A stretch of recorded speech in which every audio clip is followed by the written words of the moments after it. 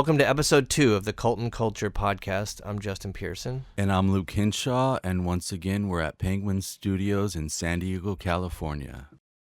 Today's episode, we're talking about vinyl records, their album covers, and their distinctive styles, I guess. Yeah. Right? Maybe like sort of a linear influence by certain labels and certain artists. I want to stress like the connection between the actual artistry that goes behind the album covers themselves and the different shapes and designs of the vinyl records, that the fans feel a connection to the artists and the bands and such like that. Yeah, this might be a tangent, but a lot of it is, I think, is interesting because I think younger people don't have a connection to artwork, you know, where they'll just kind of have an MP3, and it's sort of like, I don't know, like this, to me, non-existent thing, you know, like it doesn't really physically, tangibly exist. And probably for both of us, I mean, I'm sure for both of us, like growing up, like as kids, like just obsessing over records. I mean, I would just look at covers and just be enthralled with the details. Yeah, I agree. But even like people will like often write me and say, can we have the lyrics to this Retox album? And I'm like, well, if you bought it, you got the lyrics. And they're like, oh, well, I'm assuming like they downloaded it illegally, but then they're like, well, I got it off iTunes. There's just no way to get the lyrics. Yeah. So I mean, I don't know. I mean, that's, especially being like a singer in bands or whatever, I've always been interested in knowing what the person's singing. And if you buy a download, chances are you're going to get the cover maybe, but not the liner notes, you know, yeah. not the details to it. So, yeah, I think it's something that's very important. But also, like, I mean, when I was younger, like just obsessing over like bands like, you know, the Dead Kennedys and the Sex Pistols and just looking at photos, you know, like, and looking at the artwork that kind of was attached to it says something more. It sets up, I mean, yeah, there's the music and there's the style of the music, but there's also the style of the art, and there's things that are influencing, I think, as an overall entity of what a band or an album is. Yeah. So then that would bring us into what our next podcast is about with Sonny Kay. So for me, I was always obsessing over Gravity Records and things like that, which Sonny has a relationship with through his band Angelhair. And so I was constantly like just kind of tripping out on like the way that the packaging and the artwork was, and it was always something special. And this is kind of strange or interesting that you brought up like the marketing of your current 7-inch, where back then there was no way to market it. You know, there was no internet, and so it was like so much more special when you were like in a record store and you saw, you know, the Angelhair 7-inch or the Heroin 7-inch in the paper bag on the shelf, and you just were like, what the hell is this? This is so crazy and weird. And so yeah, I mean, I think like it would kind of bring in this whole like lineage of things that would influence a culture of people who are into records and music and vinyl.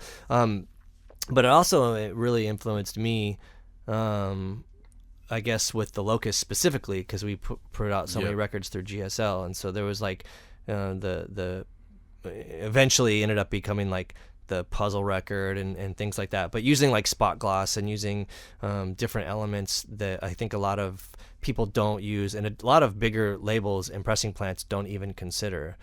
Just making it interesting and special on another level. Yeah, I agree. Without further ado, here's our conversation with Sonny Kay.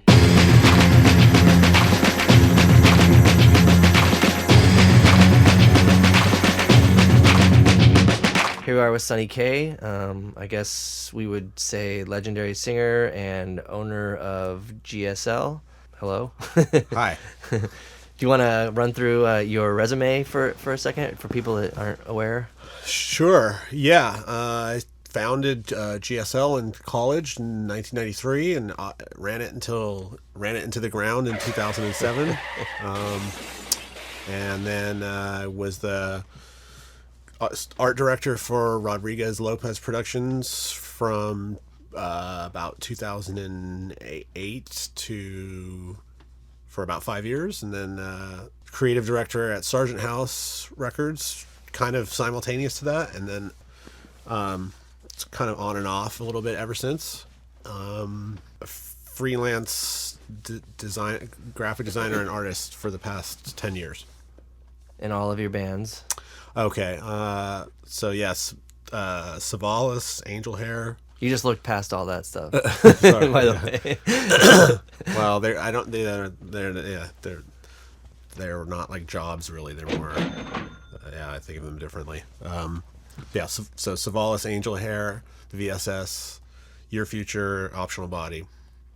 Subpoena the Past. Subpoena the Past. Sorry, yeah, that's right. Cool. So, I guess it's weird because a lot of stuff I hear. I always hear that like Angelhair was from San Diego, and it's obviously the Gravity thing. But so how did that come about? Like your relationship with Gravity, and then I guess. Why do you think people? I guess it's pre-internet, so maybe that's why people outside of San Diego or.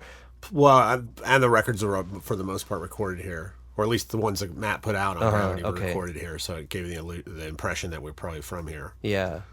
Well, I met Matt. I met Heroin when Savalas played here in 1992. I found out about Heroin in Boulder from a kid from the Bay Area whose mom lived in Boulder, and he came at Christmas one year and like brought all these records, told me about Heroin, and we were getting ready to do the first Savalas tour. So how old were you? I would have been about 19. Okay. And Bob and Savalas wrote a letter to the address for Heroin on the Vinyl Communications record, and then a few weeks later we got a letter back from Scott. So this is before Gravity. Yeah, I guess it was like probably like right around the start of it. Okay. I think by the time we came out at spring break, like a few months later, that Paper Bag record was just coming out. Okay. So we got this letter back from Scott, and he was like, "Yeah, I'll set up a show for you guys." So we played at the Che with them with Heroin, and then I sort of was just, it was before the internet, so I didn't really stay in touch with them. The following summer, I came out with my girlfriend just kind of on a road trip, and like I was like, well, I don't know where to go. We'll just go to Encinitas because it's cool there. And then we got there, and Scott was walking up the street, and we kind of like looked at each other, and I was like, oh, hey, what's up, man? And then like 10 minutes later, we were like on our way to his house to crash out, and like wound up staying there for a few days. And they were just like recording the Click-a-Tat demo tape then. Okay. And he was like, yeah, I've got this new band, and we're going to go on tour. And so a few months later, over Christmas, they came to Boulder and then broke down in Colorado. Yeah. And so we're there for 3 days, and that's when I kind of like had Matt to myself kind of thing. Oh, Matt was with Click-a-Tat? Matt was with them selling stuff, and so we just, I was like, listen to this Angelhair song we did with this other drummer who was like, Paul had quit for a little while, and we did one song with another dude, and anyway, it wasn't even that good, but he was into it and invited us to record when we came out the following spring break, which would have been 2 years after the first one with Savalas. Okay. So 2 years later, we came back with Angelhair. Sure. And made the EP on Gravity we recorded at Bob Barley's place. You recorded with Bob? No, we recorded at his place with Matt. Oh, with Matt. Okay. Yeah. Huh, that's interesting. Yeah, actually, Matt Anderson recorded the first Swing Kids song at Bob's house too. Oh yeah. Yeah, it's strange how that whole. I guess because of Heroin and and he didn't really have a place yet, and in fact, we weren't really that happy with the vocals because they'd been kind of rushed, and so a month later, or a couple weeks later, I flew back, and we actually redid the vocals in the house on 4th Street, 5th Street, or whatever, just in his bedroom. Wow, all of them. For the 7-inch? Yeah, those 4 songs. So, I think like an interesting thing about that record would be yours and Matt's artistic ideas and stuff. I mean, it's loaded. Yeah. You know what I'm saying? Like it was really like that was like the start of a lot of like really interesting packaging. Because I mean, I'm sure there's stuff before that, but for the most part, it was everything was kind of. I mean, there was like Ebullition, which had like its own style. But I remember when like that 7-inch came out and the Paper Bag 7-inch, the Eniac Arrow and and the Eniac Arrow record, but the Angelhair, the Heroin 7-inch. I guess the Eniac Arrow, and then there was one other. Well, all these. He did a bunch of them. Like in the time between that Paper Bag record, he put out the John Henry West record. Oh, and there was a Born Against UOA record. Those 2 records were in those envelopes. Yeah. And so he was sort of like, do the envelope thing, but like switch it up. Make it. Oh, so it was his idea. Yeah, he was like, he was like, I feel like it's getting repetitive already. Yeah. Like, if you want to do, he's like, I print them myself so we can do something different. You can do color if you want. So he was just silk screening. No, it kind of looks like that, but no, they were printed on an offset press. But like, it's weird to, like, I don't think they usually run a whole finished envelope through press. You usually run a flat piece of paper and then it's finished later. So, but he was printing them like that, taking finished envelopes, I don't know, cutting the tops off or whatever, and then printing them color by color on an offset press that way. And so did it, I don't know how many, it's like 4 or 5 colors. It must have taken a long time to do. Whose idea was that? His? Kind of both. I think it was probably his, because I feel like he definitely gave me the green light to do the color. He was like, didn't want it to just be black and white. Yeah.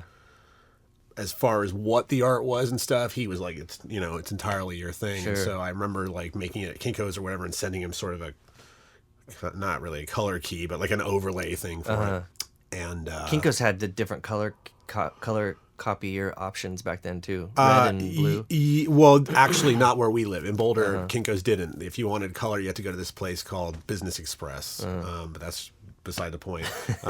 No, but I sent it to him black and white, but just like, was like, this is the, this could be a warm layer. I didn't even think I called out colors. I was like, maybe make it warm red or orange, maybe make it blue or something. And so he wound up doing the blend. Okay. Like not, like the blend was definitely his idea. Okay. But yeah, I guess it is like a pretty good like cross section of both of us. Sure. But, and then there was the album artwork, which was totally different and also awesome. I mean, it had like copper or something in it, like it had like metallic ink, I mean, which is like slightly bittersweet because it's supposed to be 2 words, but it's 1 word. Oh, like, yeah, he's gotten grief about it for years. So who did the layout to it? So I chose the photo, which was like the cells, right? Yeah, and it just was was writing lyrics about that kind of stuff anyway. And like Julie and I had been over at her parents' house, and her sister was really small at the time and had this book, like a science book or something, and that was a picture in it that was open on the table or whatever. And I was like, that's the perfect picture or whatever. So I don't know if I would have been able to scan it. I feel like I probably mailed Matt the book or something. Well, yeah. And was like, this is what I want for the front, and it should be cool if it was the same both sides, so you could just keep turning it over and it's just like a reverse thing. And it was kind of, I think maybe probably suggested metallic ink of some kind. So, but it was, he laid it out and everything and like did a great job, with the exception of the thing, the name being wrong. But stylistically, though, it's such a crazy contrast to the first 7. I thought it was brilliant. Thanks. Yeah, it was great. And then, so you recorded everything with Matt. From that point on, the first stuff we recorded in Denver at this place called Time Capsule, which we actually went back and recorded the VSS stuff at later. Oh, okay. But and some Matt recorded some VSS stuff too. But I mean, we either from that point on, it was either here at Gravity, Bankers Hill, or whatever, or Time Capsule in Denver. Wow. Okay. So then we were talking earlier about like the time span of bands. So it's just it ran its time a couple years, and you moved on to the VSS. Was after that?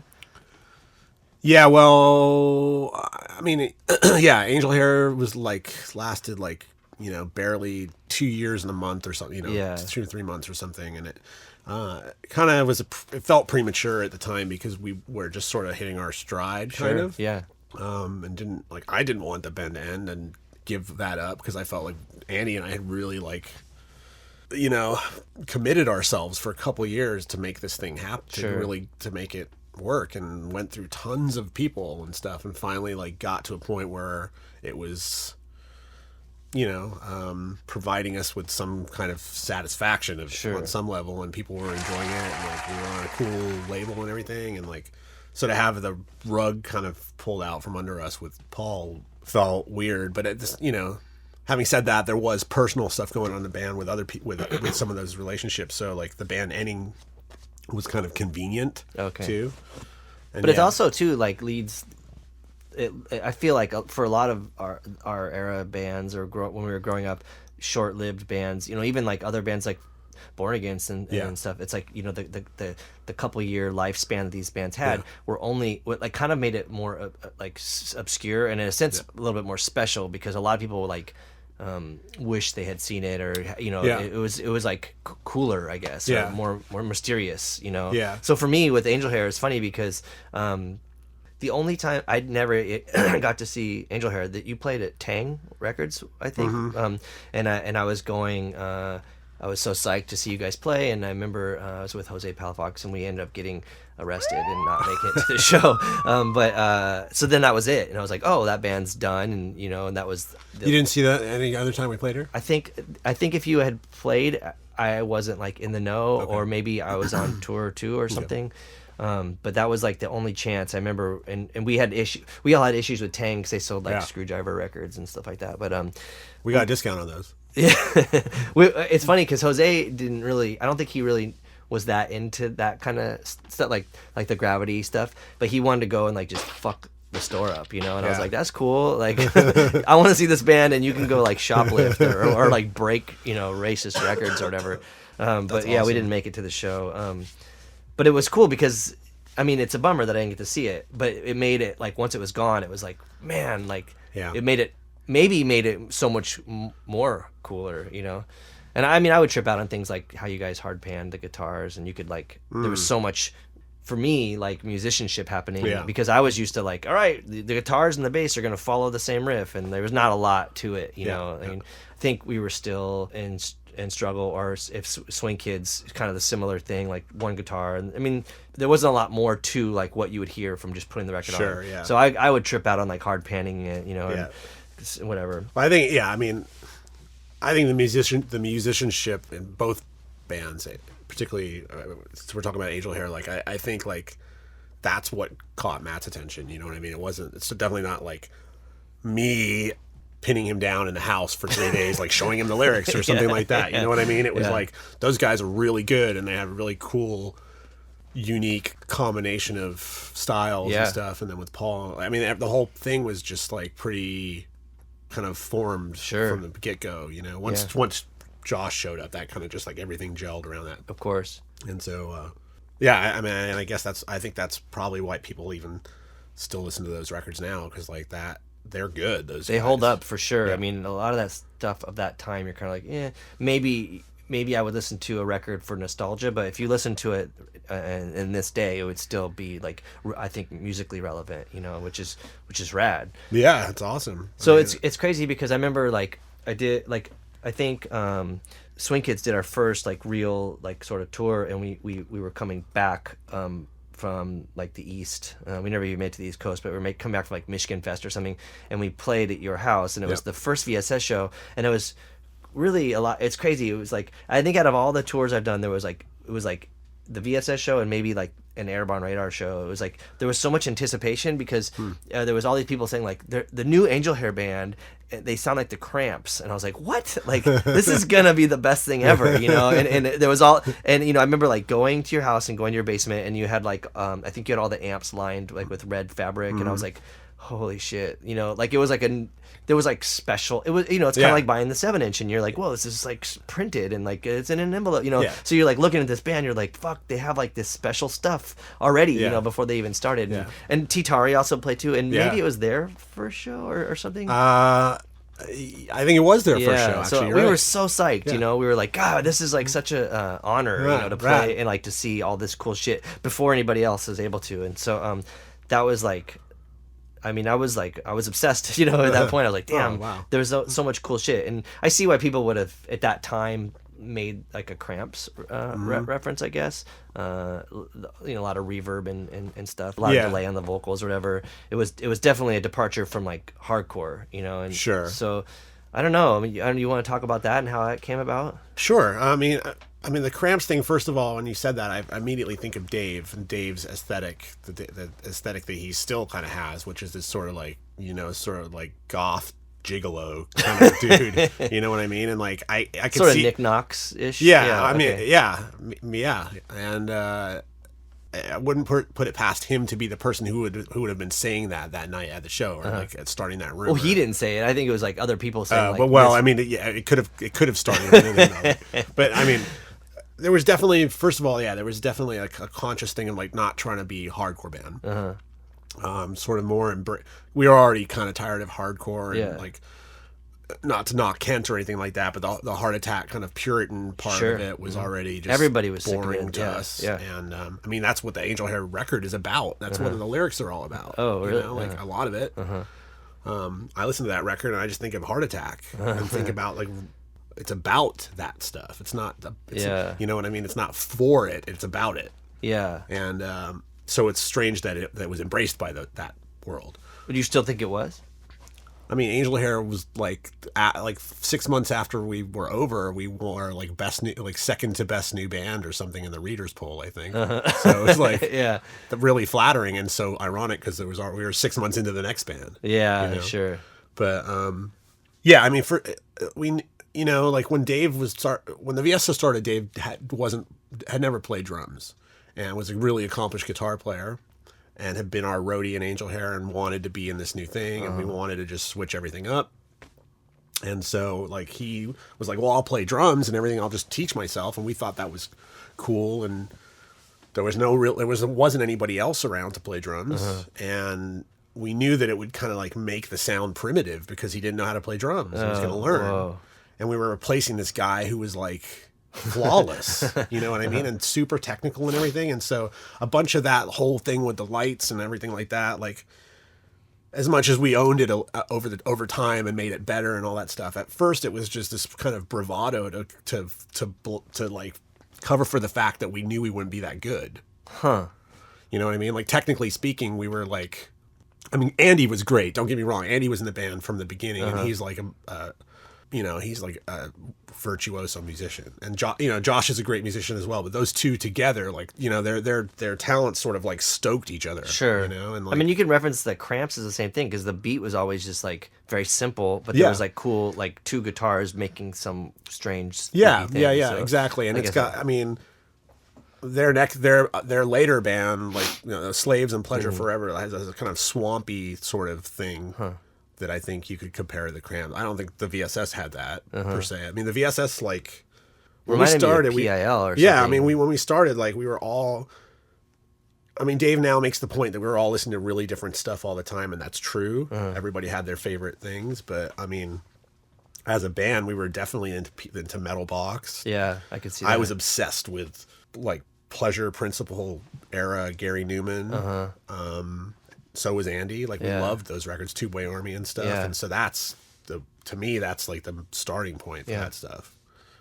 Plus, you know, not to say that Angelhair wasn't a factor in it too, or other, you know, like other bands that were happening at the time a little bit. And so Angelhair was ahead of its time. VSS was clearly ahead of its time because I remember fucking everyone talking shit about you guys and like making fun, and it's like, and then like, you know, it was weird. It was but I don't think we would have ever had the nerve to like do the keyboard. I mean, and I could see Andy probably doing it. Andy was a proper trained musician, and he'd played piano already. But like, I felt like we got the green light for having a keyboard from Antioch Arrow. Sure. I mean, but there was never an issue. It's weird. There's never an issue with Antioch Arrow. Like, no one ever like felt compelled to like ridicule them. You know. I think. Well, yeah, and I can't say why exactly. Maybe because they were like, you know, I don't know, like it seems sketchier or something. Maybe, and it was like the whole thing was such a wall of noise, and the keyboard seemed like such an afterthought. It was just this thing that was kind of plugged in and like making sound while the rest of the stuff was going on. Whereas with us, like, I think at the very beginning we weren't using a keyboard. The first show you played, he just played bass. He just played bass, but I remember like, I have this mental image of being at the Fireside Bowl and like having this keyboard be out there before we played, like playing itself. Like he set some like arpeggiating loop or something, and like that just went on for 5 or 10 minutes, and then we played, and like, out of that evolved like having it in the songs. I think pretty fast. Yeah. Like, but and then you also had like a controller set up for the lights, which tell me about that. Like, how did that come about? It was cool aesthetically for sure. Yeah, so it kind of like I can't remember if at the very beginning there was like, so I would run the vocals through a guitar pedal. What was it? Delay or something? Like a DOD delay pedal. Okay. But it would, they would break, and I kind of inherited different ones from different people. But I think it was always basically a delay pedal. Yeah. And I think at the very start of the band we were using it right away. So I'm guessing at the start we had some kind of lights and some kind of thing. I mean, you know, Josh was really good with electrical stuff, and so he would build these light rigs that kind of evolved from just like clip-on things on a metal on a like a wooden stick or something to like actually being encased in a box that would close to protect them. Sure. And we can travel with them and stuff. And so the problem with the foot switches is like in the heat of the moment in a show or whatever, just stomping on the switch, they're super flimsy. And so we're just breaking them constantly, having to replace them. And so the solution to that was to create this thing that, you know, kind of from a distance, look like a keyboard stand or something, and have the guitar pedal on there to be able to control the vocal effects and stuff, and have these what he graduated to using light switches instead of foot switches, and that obviously just became way easier to use and like way better reaction time or whatever, and then like actually could like play them like an instrument, you know, and so it kind of like synced them up a little bit better. So yeah. That's great. So you're taking like a light person, you know, and making it the singer's job. Yeah, exactly. Wow. And it kind of I felt like it gave me more to do. You know, it kind of like, I felt like I was playing the lights sort of. Sure. And like, you know, and could sort of like, even though it never really was very coherent or planned or rehearsed even, like trying to like do some kind of thing where the lights and the vocal effects made some kind of sense together. Sure. But, so at this time, were you doing GSL already? Yeah. What was the first release you put out? Okay, so it's the first record came out in October of '93, so that would have been 5 months before we recorded that EP for Gravity. Okay. Oh, so it was a while before. Yeah. Yeah. Okay. I mean, I think a lot of people know like GSL was guaranteed student loan. Guaranteed Stafford loan. Oh, Stafford loan. Which was like a specific kind of student loan. And then you why did you call it just like a fuck you like to your well, because so when I got into the University of Colorado, I applied for financial aid because I needed it, or you know, I mean, I had a job and everything, but I couldn't really support myself. And so because of my parents' income or something, like, you know, I qualified for a lot more money than I really needed to live. And at the first semester, I didn't take it. I was like, that's just like, why take money I don't need? And by the following semester, like I started in the spring of '93. Anyway, whatever. By the fall of '93, I was like, I'm taking that money this time because I had all these, you know, lofty ideas of what I could do. It wasn't financial aid, it was a loan, right? So you had to pay it back. Yes. Okay. Exactly. And so I got some Pell Grants and stuff too. But you know, the lion's share of it was a loan. Sure. And so it was a guaranteed Stafford loan. And so I thought, oh, it'll be really funny to take this money and call a record label that. Yeah. And it wasn't that funny for that long. Did it actually say like guaranteed? No, I always just put GSL. And I started out putting GSL Records. And then I remember having a long discussion with Matt once because he never used the word records. Yeah. It just always said Gravity. Yeah. And he was like, I hate putting records because it totally puts you in this box. You can only put out records. And I was like, oh, I never really thought of it like that. I just think it's, you know, it just is kind of generic because everyone says that. And so from that, that's kind of how I got the Laboratories idea. Was like, well, I don't want to call it, like, what if we just call it something that's not even, doesn't even sound like a record label? Yeah, sure. You know, and I remember outgrowing the guaranteed Stafford loan thing and thinking like, well, even if I just keep calling it GSL, I want it to mean something. I want to be able to tell people it means something cooler. I remember like spending this whole first VSS tour just sitting in the van, just thinking, like scribbling down ideas of what it could mean. And then VSS didn't mean anything, right? Yeah, I mean, not really. Like, because I was confused. As like, he's got all these freaking weird initial. Yeah, things. I'm like, yeah, and it's funny because some of them like some of my own initials and my dad's initials and stuff. It's like this big weird like melee. But yeah, no, the VSS really didn't mean anything. I mean, the name did evolve out of this phrase that somebody had written in a letter. I had a bunch of foreign pen pals with trade records and stuff with, and so it did evolve out of something there. And like at the time, I had foolishly mentioned it. I had told a couple of friends, just like absent-mindedly, like not thinking it was important. Yeah. And before I knew it, it was like showing up on flyers saying that. And I was like, oh man, like we gotta, everyone, the whole band, we were like, we gotta squash this because it's dumb and like we don't really want it to mean that. Like the meaning was on the flyers. Yeah. Oh, the wow. full words that we had. Oh, had, really? I had told somebody just who was a friend who Yeah. happened to put on shows, and Yeah. she made a flyer for the show, the next show she did, and was just like, yeah, and it was just kind of like, like we. So we won't talk about that. Yeah, I mean, Okay. it's just misleading, and it's just like sure. Let's keep it more mysterious. Yeah, you can do your you can Google it. So it's weird. Like, okay, so I don't really know how we became. I mean, like we played the show together, and then the Locust happened, but I don't know how did we end up like.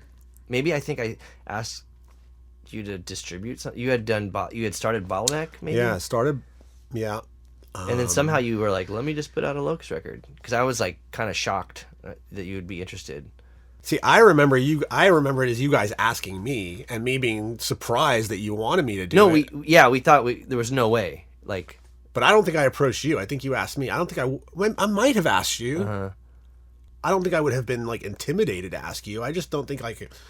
I don't think I did because I think I would have assumed that you guys would want to do a record with like Deep Six or something. Yeah. And so. But we were, as weird as the Locust was from the beginning until now, it was always a mix of, like we were into, like, we didn't want to pigeonhole ourselves to like, sure, what would be obvious. But I don't think I knew that. Yeah. And you guys had just sort of like. We'd only done the split with Man as a Bastard and the split with Jenny Piccolo. Yeah, I mean, and in my mind, you had like very rapidly evolved from Swing Kids, even from Struggle to Swing Kids to this.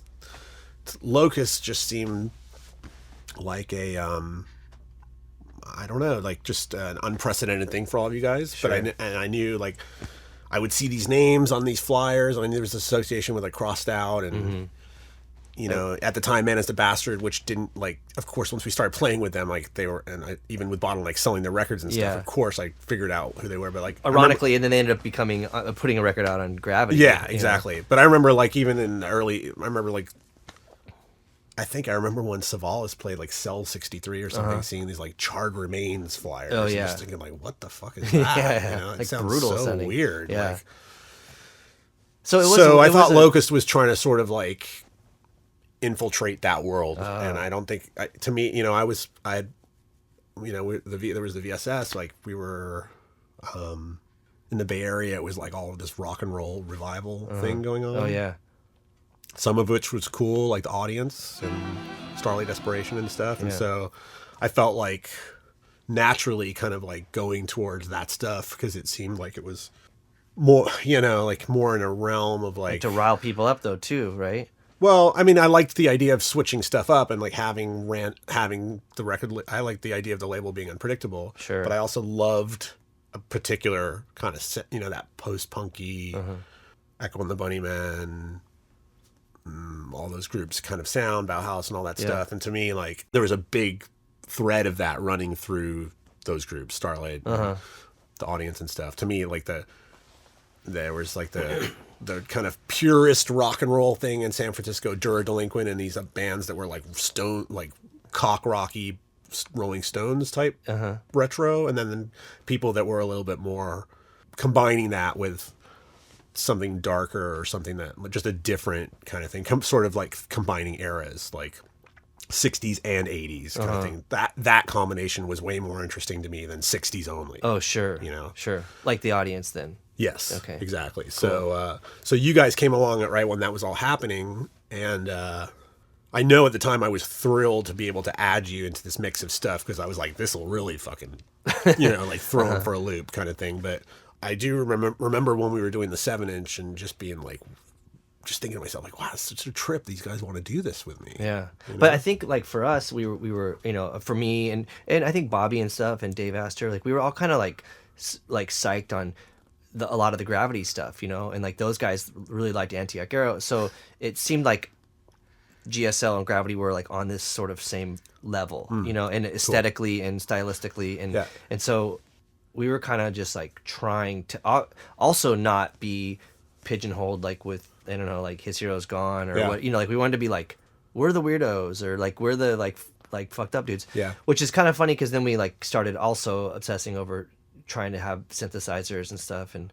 I think that caused a lot of problems for us. A lot of people like didn't like us because of that, which is great, you know. And then I felt like, oh, it makes sense to not be on that other label and to be on GSL. Yeah. So I thought that was cool.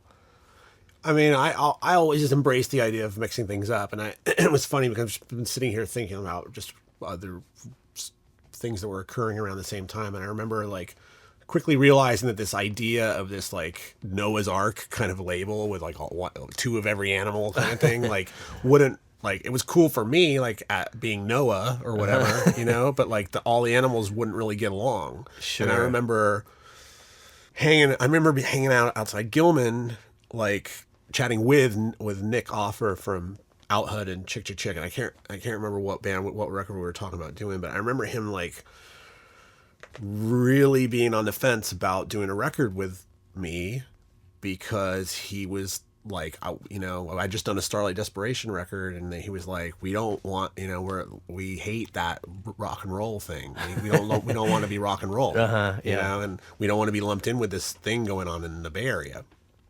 And I just was like, well, I mean, I remember using you guys as the example, like, well, Locust isn't that, you know, and it was kind of like, well, yeah, okay, cool. I mean, the VSS isn't that, you know, sure. like, and of course, ultimately they did the record or whatever, but it was like, after a while, like once the label, I think, was known for that, everybody just kind of got on with their own thing. But I think at first there was some sort of like a little bit of bristling about what it really was and what it meant to be associated with it or part of it or whatever. Which is weird because I mean, I think like that's a thing that a lot of the labels that we've been talking about, Gravity as well, and even 31G, like where you would not really have a style. Because it's funny when people are like, oh, I get this often, like, this just sounds like a 31G band. You're like, what is it? What the hell is that? Exactly. You know, like what? Like so, what is a GSL band? Because you would later on, like even when the Locust stopped releasing records with you, we would, I would get like the new GSL record. Like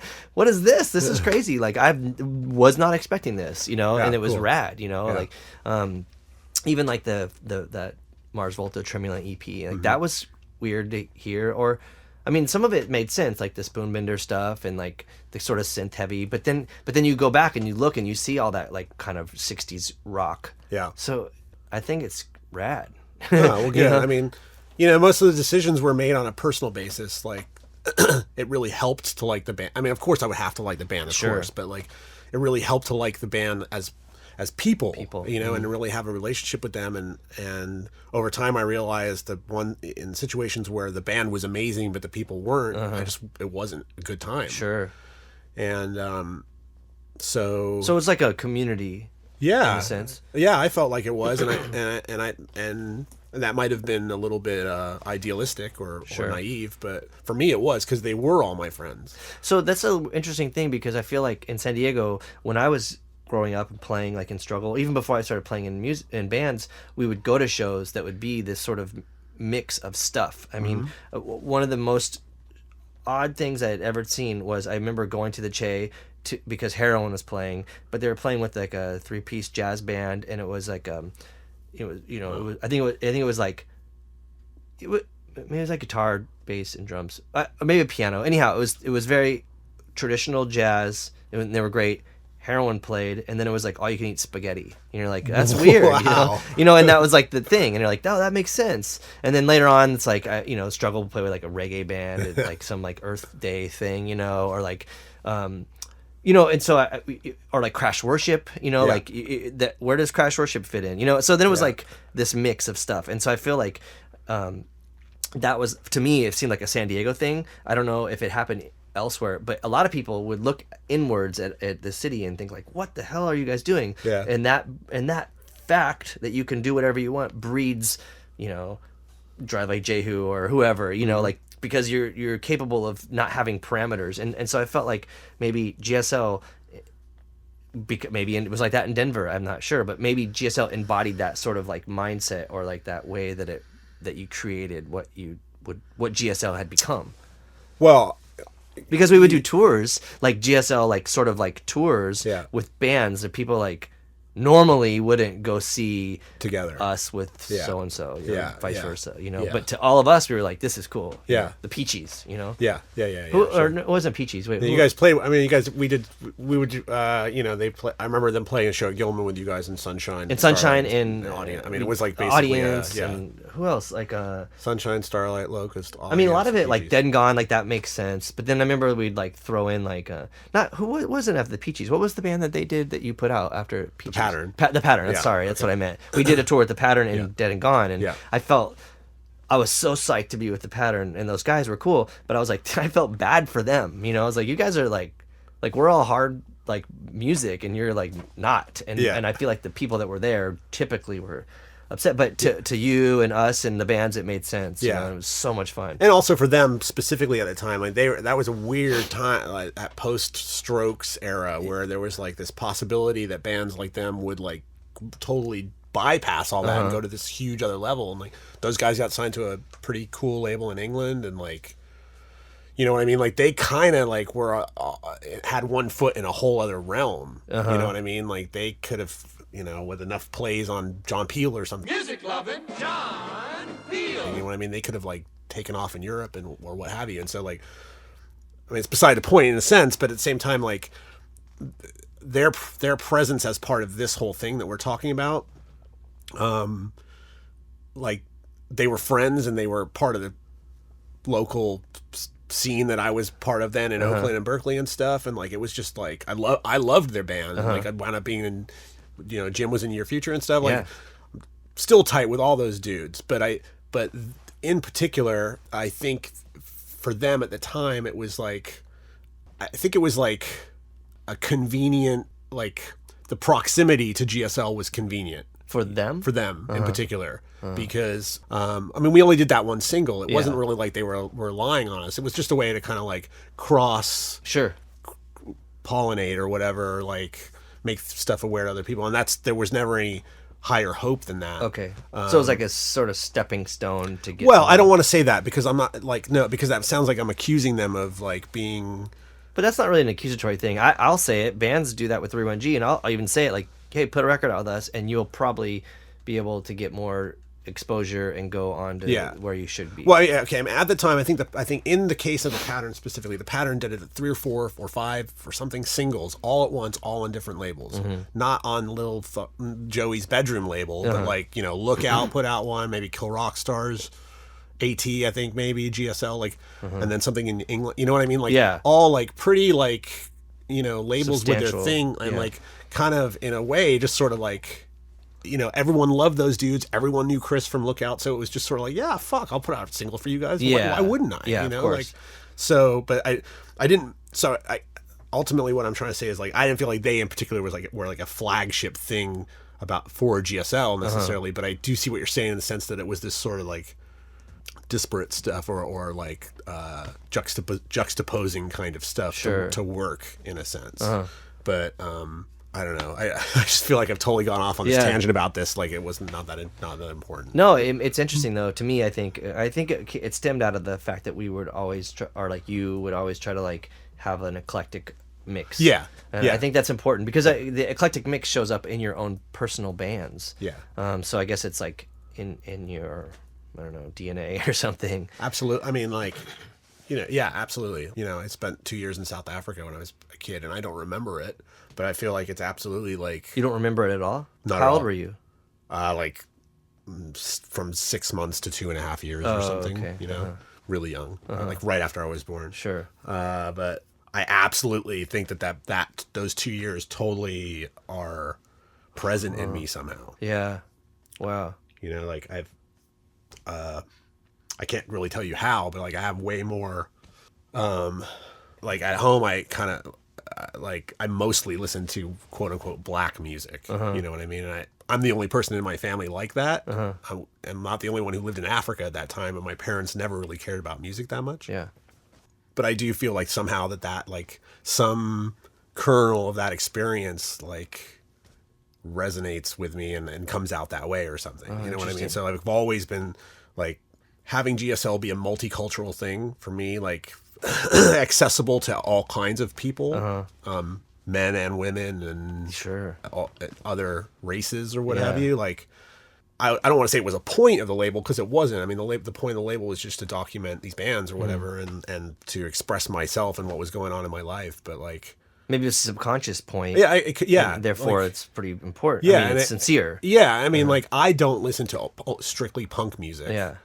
So the idea of having a record label that was strictly punk music, I probably entertained it for a short period of time once, but I probably just got bored. You know what I mean? Like, Public Enemy was my favorite band back then. So I was probably always open to something like that coming along. You know, it wasn't until there was like Subtitle or something like that where it was like, oh, well, here's a dude who wants to do something with me. Yeah. But like, but even Public Enemy had that aspect, like they were, doing stuff with Anthrax, and they were, like Terminator X has that song with Black Flag, Rise Above It. Yeah. So there's this element where like even they were also like entertaining other aspects of art and. I mean, I remember, like there's those like stories about Minor Threat playing with, or other DC hardcore bands doing these go-go shows, or like playing with kind of like funk bands or Trouble Funk, other people like that in DC, and these shows that I don't think were like universally successful in the sense that they spawned a movement of those bands playing together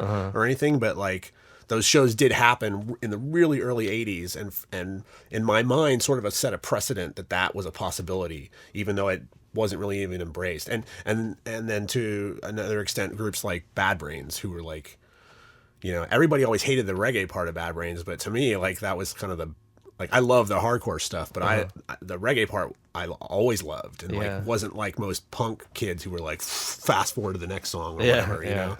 So like being aware of that stuff and being really into it and stuff, just kind of I don't know, like embracing the, like, I don't know, I wanted GSL to be a really like dynamic, interesting thing that wasn't pigeonholable as one cultural thing or another, and it's important to me to mix things up like that. So having it be all one thing, or catering to one sound or one cultural identity, just seems really boring. Sure.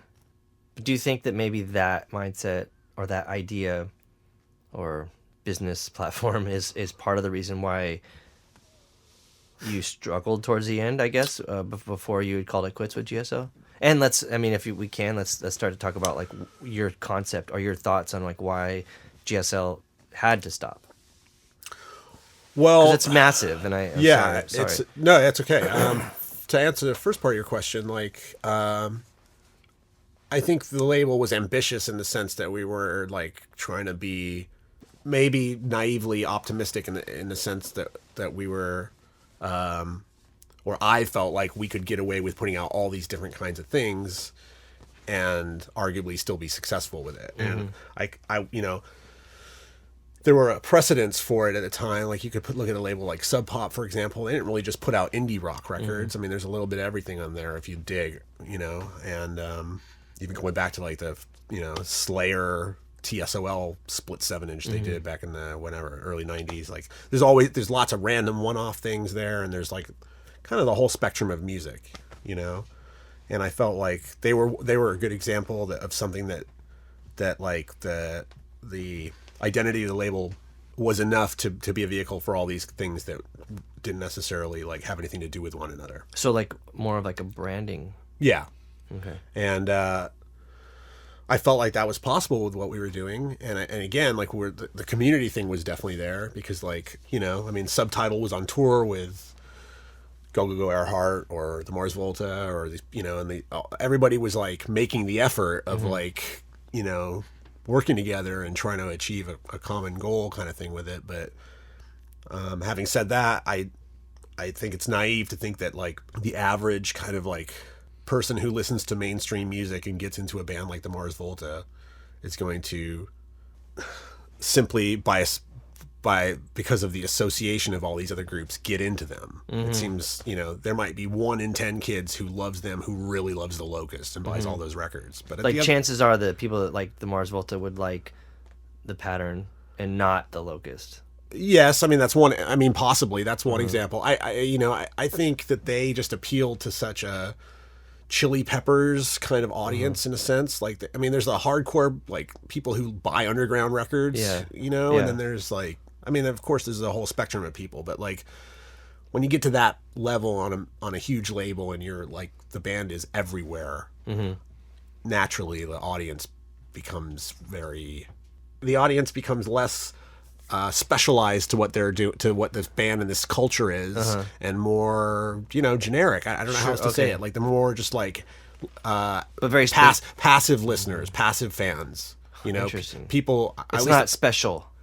Well, it's special, but not special like punk or something. Well, it's hard to say. I mean, I don't mean to generalize, but I'm just saying, like, when you become a hugely successful or hugely visible major label band, the audience that you might be used to catering to, real specialized on people who pay attention to underground music and are familiar with a whole cultural shape of this thing. Sure. You know, like, once it goes beyond that, all these new people might not care about all the other stuff that's so, you know, so like the Mars Volta's presence on GSL was you know, it was like like, those guys aren't naive. Like, coming out of the gate, it looks better to be on GSL for your first record than to be on a major label like that. And we all understood that. That was why we did what we did. The Tremulant EP. Yeah. Like, it would, you know, like, it might not make a difference now, but 15 years ago, it still made a difference how you were perceived as a band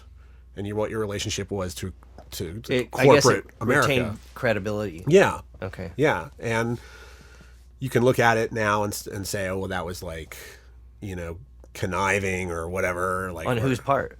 Well, you could say that the band were kind of being manipulative in a sense, because like, or I mean, any band like that, any band, you know, but like, that was a very interesting point of the industry, because I mean, I dealt with it with the Blood Brothers, same thing. Yeah, yeah. And you know, I don't think it's even necessarily something for people to be embarrassed about. You're kind of like proving that you have some sort of like credibility before you like sell out.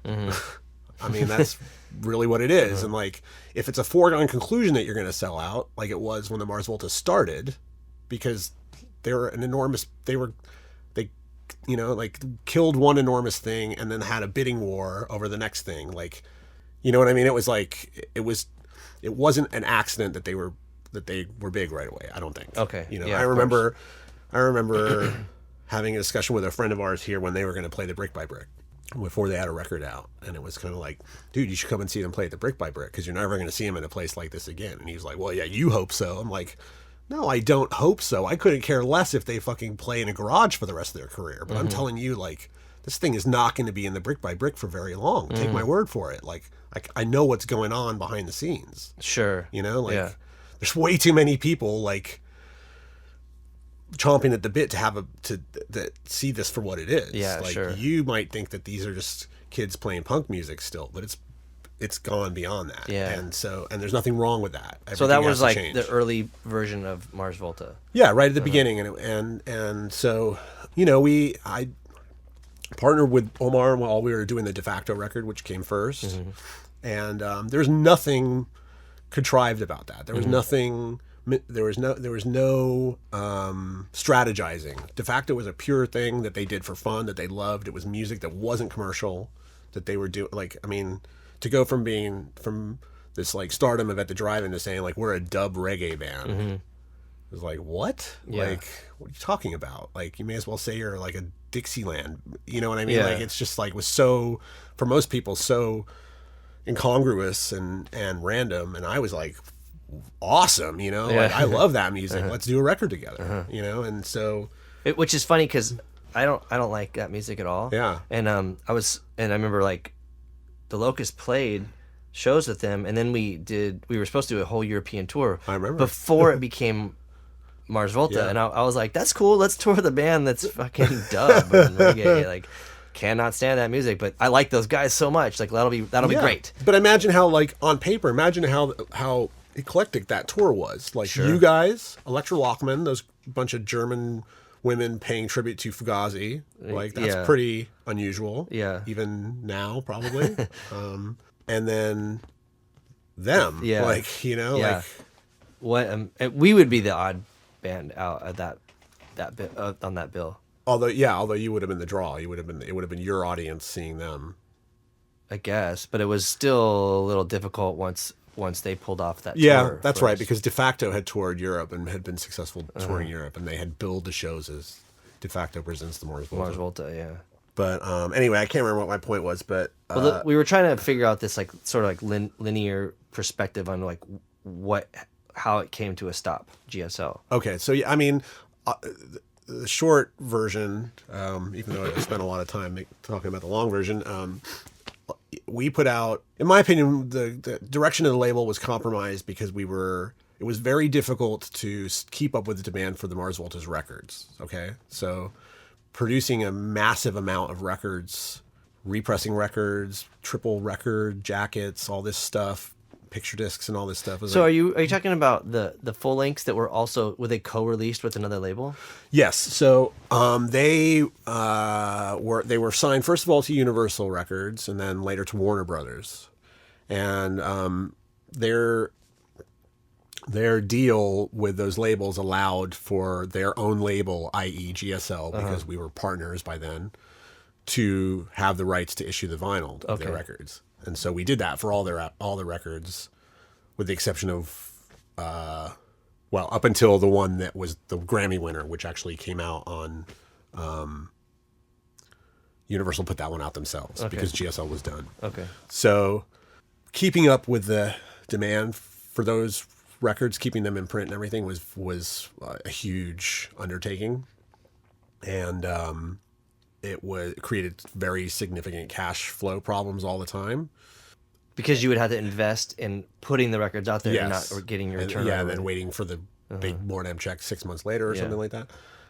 So there was that issue. There was also the fact that I was still coming from a Discord frame of mind where I didn't want to charge too much for the records, and I was hung up always on pricing the records, and the guys in the band and the Mars Volta and basically every other band were real hands off. They trusted us to take care of that end of things and just whatever. And we weren't selling those records for enough. Like everything was too cheap. And but you were not losing money on them. Well, no, but I mean, we certainly weren't making the kind of profit that we probably should have to really run a sensible business.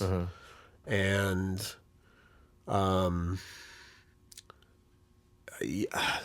it was, all of this was compounded too by this idea that, like, at least I was kind of using the Mars Volta to expose these other groups. Sure. And I felt like it was just a matter of time till we were going to start really breaking these bands to their audience, or something. Like so the like later releases on GSL. Yeah, and so we were, basically just like putting out too much stuff, too often. You also get into a routine. I'm sure you know what I'm talking about. Like at that level with a distribution thing, where it's like, you kind of just, I see it happen with with the alternative technical. I mean, everybody, especially like, it's not Mordem's fault or anything like that, but at the time I noticed it happening with a lot of those labels, just this falling into this routine of putting out stuff all the time. Like whether it's the best thing you could put out or not, like just like it becomes at some point kind of like essential part of maintaining the regularity of everything to keep having stuff come out. Yeah. If you have these periods where there's not stuff coming out, it kind of messes everything up. It gets really difficult. It's like two opposite forces. You know what I mean? Like this hugely popular group that required all these resources, a whole bunch of other groups that were taking resources and not really regenerating them. So you had just money going out and like not coming back fast enough or in the right. Exactly. Yeah. And then, things were changing with everything about the music industry. The download, the iPod came out and like the Christmas, the iPod, the iPod came out in the following, whatever Christmas it was, 2000, let's say 7 or 8 or something.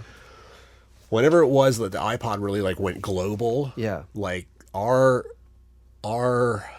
distribution check from who would it be at that point? I think it was Red Eye or something. But our check like fell in half. The next, it was permanently, like the iPod came out and a month later we got the sales report and it was like it had like the bottom half of it had just fallen away. And it never came back. Yeah. And it was like, wow, that little machine just like completely killed half of what we're doing. Yeah. But you were still manufacturing CDs. Yeah, which was in hindsight like really short-sighted and foolish and like. But no one really could have seen that coming. No, and I know we definitely weren't the only people doing it and getting stuck with them. But man, I don't have regrets about it because everything happens, I think, for the way it's supposed to happen. But if I did have the opportunity to go back and undo any of that stuff or redo it, I would definitely like press less of everything and fewer records overall, fewer titles, but not get. There's a certain amount of like bravado that you start buying, like you kind of like, well, we're gonna sell this many thousands of this thing, or like we have to make this many. Like it's like we're not being optimistic if we only press 500, you can rationalize it any number of ways, but like it's also easy to just fall into a routine and think you're doing the right thing, or think that something is just a lull that's going to change and go back to the way things were. And like, even though it's a small business and you're like right there seeing how things are going, it's also, at least I was finding it easy to finding it difficult to react quickly enough to know how to react to things that were going on. And so, yeah, we just had money going out. The records were costing more and more. We were hiring publicists by that point. The last couple of years, like every record, every album would cost, $5,000 to $10,000 just on the marketing part. Yeah, and would sell. I mean, no one sold records like you guys did. Like who? Locust. Oh, the Mars Volta. The Mars Volta is head and shoulders above everybody else. Yeah. But as far as every other band on the label goes, there was a couple of the Chick Chick Chick album did great. We did a faint 12-inch that did great. There's things here and there that were really big and successful, but like as far as consistent numbers, or even just the idea of breaking even or breaking 1,000 records, got more and more harder to difficult do. and less likely. And it started seeming like by 2004, 2005, like 2000 seemed like the golden years. Like the things that were possible in 2000 were absolutely no longer possible by 2005 for us, unless we were like really willing to completely change the way we were doing things and adapt. And probably would have been wise to hire some young people who were more savvy about social media as it was coming up. And like, but by that point I was like, personally speaking, had social media like barely existed.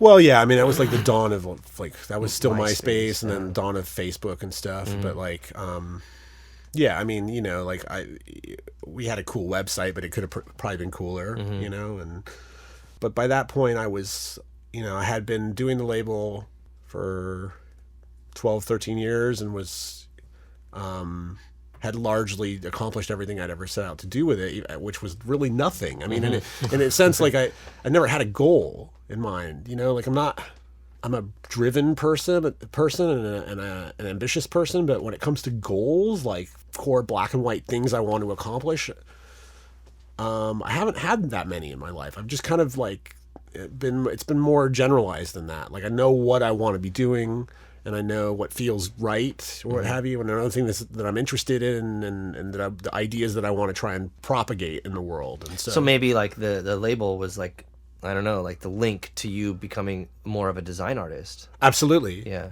I mean, because correct me if I'm wrong, it wasn't like your first kind of like shot at like designing was like the Locust record cover. Yeah, I mean that was certainly that was like certainly my like first Photoshop attempts and things like that. Yeah. Like I learned digital art. I learned how those programs work. Julie and I kind of learned to get. She sort of learned and then taught me. But to make your record, that first 12-inch, and to do the Starlight Desperation record, which was virtually the same time. What was the cover of that? It's pink and blue, and it's kind of like this. Yeah. Yep. And I had gone to school to do art, and like completely got distracted by music. And I finished school and got an art degree, but like couldn't have cared less about it. Like was running a club, was in a band on tour all the time, was putting on shows for Which club? this place in Boulder called Club 156, which was on campus, like in the student union. So I managed that place for 2 years and booked it. And, you know, like art just became less and less important. Like, I mean, I would do the art for these records that were these, you know, the Angelhair thing. I would take a lot of pride in doing the art for it, but I like school art and stuff I was supposed to be learning and techniques I was supposed to be mastering theoretically, like just totally were not even important to me. And so I squeezed by and graduated. And, you know, by the time the label was winding down, it was sort of like I was starting to feel I had been creating art for GSL for advertising and occasionally for record covers and stuff like that, your records and stuff. But I was feeling like I had neglected that part of me, and I was burnt on quote unquote business. But the GSL's like design or like style, like artistic style, was your style. Like it like even now, like in reference to your book, it seems like GSL to me. I mean, it's definitely been fine-tuned and become something else, but you know, for so long you would see it like in the fonts and the way the text was laid out and the way some of the color schemes were. Like it was you could tell you were driving it. You know? That's interesting. Well, that's cool to hear. First of all, like that. I mean, and I know like the book, the Headspace's font is the same as the VSS font. So like, it wasn't an accident. I just do love that font though, too. But earlier on, you'd said something about how like GSL and Gravity sort of like seemed on this even keel or something at that point, and like, I mean, there was no single bigger influence on GSL as Gravity. I mean, like Gravity was like what he was doing was totally just for me like a complete like reimagining of the whole idea of punk records, you know.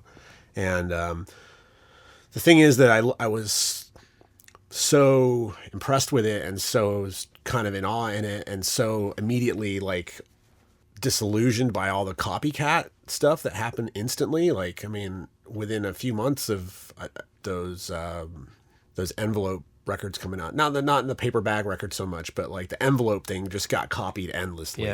And the whole Matt kind of developed that thing where he would like typewrite with a typewriter and then write over it, actually trace the letters with a pen or a pencil too. So I had this doubled up weird effect that was pretty unique to heroin at first. That was everywhere within a few months, and so the whole thing just was so accessible and so easy to do. It just became dumb, boring. And so my whole thing with GSL was like, I felt like the way to distinguish what we were doing and give it its own aesthetic was to do what we did with your record with the 7-inch, was to make the most plastic record possible. Instead of having it be the most crafty or papery or like hand kind of organic done thing. Instead to just like, even though I appreciated that aesthetic and I thought it was really cool, I felt like Gravity had already cornered the market on it, and to do the same thing would be redundant and dumb, and to do regular stuff would just be to just do regular stuff. And so I felt like, what can we do that would be a nod to that's the opposite? And so it was like, let's just make this thing, let's put it in a plastic sleeve, the thickest kind of plastic sleeve possible. We kind of, I mean, the Locust 7-inch was like, we just wanted it to look like that VSS 7-inch. With the not the full back cover, but that was also to showcase the vinyl, which I thought was really cool. I totally forgot about that VSS 7-inch. You're absolutely right. I forgot we did that. So that's where the idea for that came from. Was like, well, okay, it was well, that's funny too, because it was sort of, maybe it wasn't cheaper, but you were like printing just like a piece of paper that wasn't even a full 14 inches long.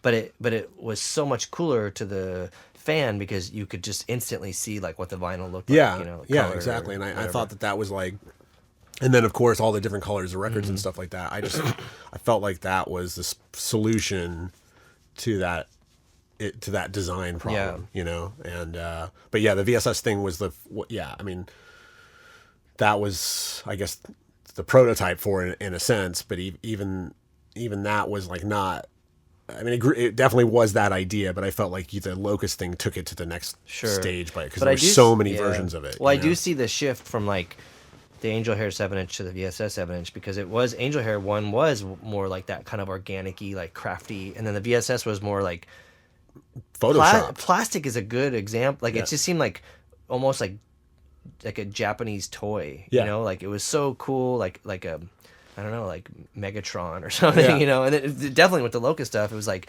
bright colors and contrasting and campiness and, you know, even like the use of all the camouflage shit, you know, like, and then put like bright colors on it and whatever.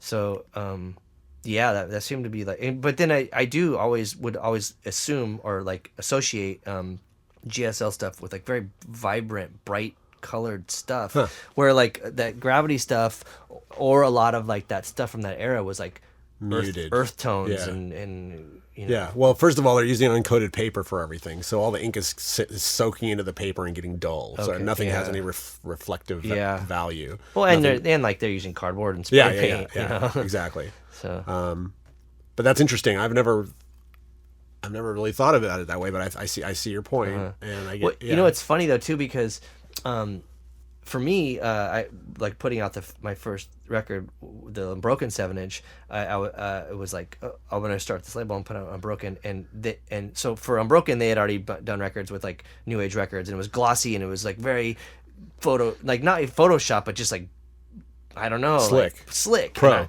and they wanted to go like the Gravity way, you know. They wanted it to be like rubber stamps, which was influenced by Vinyl Communications and Gravity. Sure. And so I was like, I wanted it to be, I didn't want it to be like arts and crafts. I was like, okay, like let's do a record. It's gonna be rad and it's gonna look good. And they're like, no, we want it to look shitty, like as shitty as possible. And I was like, what? And I was kind of confused, but it worked out in my first record putting out, you know, on a label, starting a label, that worked out great for me because the costs were nothing. Yeah. Which is funny because then you think like why a lot of that stuff started. I mean, all the use of those envelopes was a brilliant idea. Even the paper bag thing that Matt did was a brilliant idea. It really was. Yeah, saved a lot of money, and no one ever had done that before. Yeah. But you're right, it got ruined. I mean, anything that's that easy to do is just like, that's my big problem with punk ideology in general. DIY is an awesome idea, and it's certainly like been the motor behind everything I've done for most of my life. But I think like being able to DIY, doing it yourself means anybody can do it, and that throws the doors open to a bunch of people who aren't very creative. And so like that's why hardcore is as generic as it is. You know, like just to use one example, like so it's a bit of a catch-22. Like I totally believe in the ideology of do it yourself, and even if you're making redundant, repetitive stuff, the fact that you're doing it is better than not doing it. But does the world do you need to share it with the world? I don't know. Like I think we're totally going off on a tangent, but I feel like a lot of people aren't honest with themselves, or are and the same could be said for me. Like I'm not suggesting that I'm any kind of exception to this, but I think like the world is full of redundant ideas, and I think the joy of creating music or expressing yourself isn't enough for a lot of people. They have to share it with people, and it's becoming easier. And it's becoming easier, and in the sense, it's becoming easier to be good. And arguably, there's more talented musicians and performers living right now than there ever has been before. Like I understand all those things, but I also think that like when you are contributing to a culture that welcomes everybody's contribution, you're bound to start getting contributions that are just kind of like substandard, because in the spectrum of human behavior, there's always going to be people phoning it in. You know what I mean? There's always going to be people who are just doing it. There's going to be the people who are doing it to drive themselves and evolve and create something new and communicate. And there's people who are doing it just to be part of something or to contribute to something they love or whatever, but they just don't, for whatever reason. They're not pushing them, like, and again, this is such a can of worms, because like what is creativity and what is validity of something? Like it's totally subjective. Every person has a different opinion of that. That was kind of the point with putting these punk rockers on the cover of the Angelhair record, was like to like drive the point home. Like this thing is so generic already, and it's as meaningless as insects. It's tiny. It's like it doesn't. It's like a microscopic thing that goes on, and then you grow up and you kind of like. That's what that cover was from. That's what it means to me. Fuck, that's crazy. I was drawn towards the punk aspect. I was like, that's crazy, because at that point we had already sort of denounced like Spikes and Doc Martin. Yeah. You know, and I was like, what the fuck? That's the dude with the mohawk. And then I thought like, whoa, bugs are cool. You know, like I don't know, like pre-Locust kind of like art, whatever. Yeah. So I was like, this is a fucking rad record cover, and I don't understand it. Oh well, good. I mean, that's good, and that's cool too. And it doesn't, you know, I don't necessarily need for anybody to understand it. Yeah, my concept for it doesn't need to be anyone else's, certainly. That's very interesting. But that picture of that guy, that advertisement that's from, like, I'm sure you probably can relate. Like, I used to buy MRR every month religiously for probably, I don't know, 5 or 6 years. I mean, I would be there waiting for it. You know, it was so important, and there was so much in it, and yet the stuff that stood out more than any, the things that seemed the most peculiar about it were the things that never changed. Like, it was such an important, timely thing. It had so much dynamic information in it that would change from month to month, that the things that wouldn't change about it became conspicuous. So there was these ads for these companies. One of them was Subterranean Records, the mail order company. They had this ad with these cartoon apple cores talking to each other, and it was like someone's idea of a joke, because it's hardcore music and there's apple cores. And so this totally silly ad with these apple cores chit-chatting about how to mail order ran month after month after month for like years. And it was like, can't anybody at Subterranean come up with a new ad for their shit? Like, this is so redundant, you know? And like, that's just one example. There was and I guess in a way it's just like, you could look at it and be like, who really cares about it? You know, like, these guys were probably busy or whatever. But at the time, like, this thing was like an important thing to me. Culturally, it was like, and if you weren't keeping up with changing, if you didn't have something new to say every month, it kind of became this cartoon. And I saw these labels just re-upping this ad every month, running the same ad for the same record 2-3 years in a row. Like, and it was like, who the fuck is buying this record? Yeah, like, yeah. And like, who is this band? Like, this thing is so, and so it almost became like a, you know, back in the day when you'd be like the Cal Worthington commercials in LA, like, you know, like everybody knew the song because the commercial was always on. Yeah. It was like something like that. Like, everyone knows this ad because it's always in the paper. No one's going to buy the record. No one even knows who the shit is anymore. It's just like another part of punk that has become this silly cartoon of itself. And that's what I was getting at. And like, I realize that's like totally not obvious and not even. Yeah, I get what you're saying. You know, and it's not as though we were like reinventing. Like, what were we doing that was so unique? Nothing. We were just like another generation of stuff contributing to this. Like, that's very humble of you to say that. But like, you did, that record was in our little, you know, microcosm of a world was groundbreaking. Well, that's awesome to hear. I mean, people were like, "What the fuck is this?" Musically, lyrically, the way it looked, everything was different, and we were like, huh, "That's just weird." Well, cool, yeah. I mean, and that part of it is, I guess, maybe it's cool to hear that, because it's a little bit that I'm a little too close to it to really. Of course, you know what I mean. Which maybe takes it to that point where it's like so sincere, because you had no fucking idea, but to everybody else, we were all like, "Holy crap, this thing is really weird." Wow.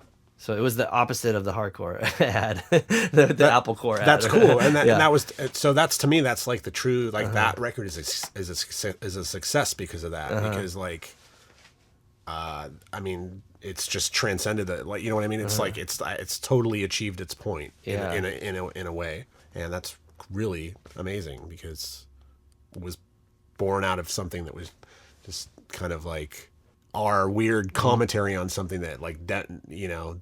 I don't think any of us ever expected it to resonate with anybody in a over any period of time. Yeah, you know, all of that stuff was meant to be communicated with people immediately in that moment. You know, and then that's how I think everybody was looking at it at that time. I mean, now it's weird, you know, to be like in our 40s, or, you know, like I think when we were like doing that in our teens and our 20s, it was always like, right now is all that I like. You know, our folk, at least me and all my bandmates and friends, it was like we didn't look past like the next month, you know, like, let alone like 20 years. It was just kind of like, right now is what it is. Yeah, isn't that crazy? I mean, and I think about how long all these bands lasted, and it's like, it's almost inconceivable, you know? And to think it's been like 10 years since the last time I was in a band that tried to be a functioning band, who I've been like, you know, kind of like wishing would actually try and like all get back together and do something again. Which band? Optional Body. Oh, okay. I would love for Optional Body to actually do Wow. something. That was 10 years ago. Like, that's, to me, it seems like, I don't know, last year or something, you know what I mean? Like, seems like not that much has happened between then and now. Like, musically, for me, or even for any of us, you know what I mean? Like, everybody who was in that band 10 years ago hasn't really done much since then. We've all, like, gotten on with our lives and had jobs and careers or what have you. Some people have gotten married and stuff. Like, it's not as though, as people, we've just been treading water. Like, things have happened and stuff. And yet, like, that band, to me, is, like, still where my heart and my mind are. If I was going to be in a band tomorrow, I would want to be in that band. Wow. You know what I mean? Like, and it's just so weird to think of, like, the span of time since that was even happening is double the time that the VSS and Angelhair existed combined. You know, like, that's just hard to understand. Yeah. You know, like, wow. And it was only a few songs. Optional Body, it was about 8 songs. Oh, is that many? Okay. There's only a couple on that record, but we wrote a bunch more. And Russell's got all these, like, Russell recorded every rehearsal. And so he's got them all, like, every now and then I'll get, like, his email with these random things attached. It's like, you know, you could just add vocals to this and we can mix it. And we could, or we could just go in and really record the songs and make a record like we should have in the first place. Yeah. So, I don't know. But so what's stopping you? I don't know. Nothing really. Nothing is stopping us except us. I mean, like, everyone, those 3 guys all live in LA, and like 3 different corners of LA, but still all in LA regardless. And I would drive there every weekend if I knew it would amount to something. Maybe they'll hear this and be like, all right. And I've said it to all. I've said it. Maybe I haven't said it to Rocky recently, but I've said it to Russell and I've said it to Alan. Like, those guys know. Like, they know I would love to do it. Yeah. And they're busy and they have, you know. Like, everyone's got stuff going on in their lives, but I think, you know, I don't think anybody would necessarily not like to do it. I think it's just the effort it would take to make it happen. I don't know if it's there. Yeah. You know? But maybe some of those things take time to, like, make it relevant. Yeah, you might be right. In the era of reunion shows. Or whatever, you know, not that would be a reunion, but. No, but I mean, in the sense it would, but you know, and every now and then there's, you know, the discussion comes up with guys in other bands, and like, you know, it's I don't think it'll ever be completely ruled out. The VSS thing seems like a really, like, a long shot. I think the Angelhair of the 2, that would be more likely, but even that, I don't know. But the one I would want to do would be Optional Body, the one that would make me feel like we were doing something cool or whatever. Well, productive. Like, probably because it never got the chance to breathe. Yeah, you know? And it would never reached its, like, potential. And I love all these dudes that I've been in these bands with, but, like, those 3 guys are still, like, I still talk to them all the time or see them, and, like, they're, like, 3 of the best friends in my life. Like, nothing would make me happier than, like, to do a record with them and go on tour, like, whatever, you know. It would be really, you know, like, that would be really cool. Yeah. But short of that, I don't feel unfulfilled in any way. And so, like, at the same time, like, without the personal thing for me anymore, like the art, for me making visual art is really, like, what I want to do. Sure. And I love contributing to music and, like, doing stuff with my friends. And so if that's possible simultaneously, I'm happy to do it. I love to do it. And, like this now. I mean, exactly. Doing a Planet B song and stuff. Yeah. But the idea of doing a long distance project and a whole album with people I don't know. Yeah, like, of course.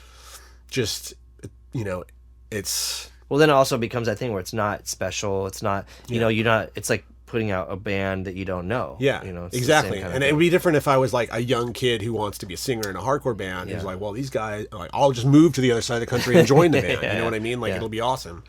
But that's not the situation. And, like, you know, like, it's the personal part of it that appeals to me now. You know, it's interesting. So that was our conversation with Sonny Kay.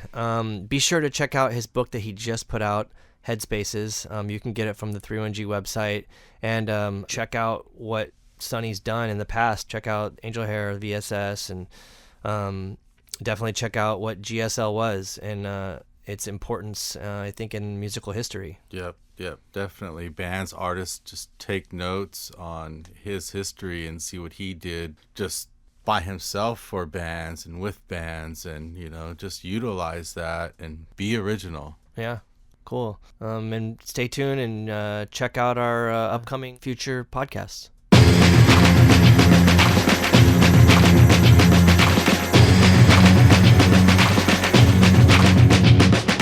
Cult and Culture is a Ruinous Media podcast, proudly sponsored by Earthquaker Devices, Heartwork Coffee, Fender, and Diodario. Planet B.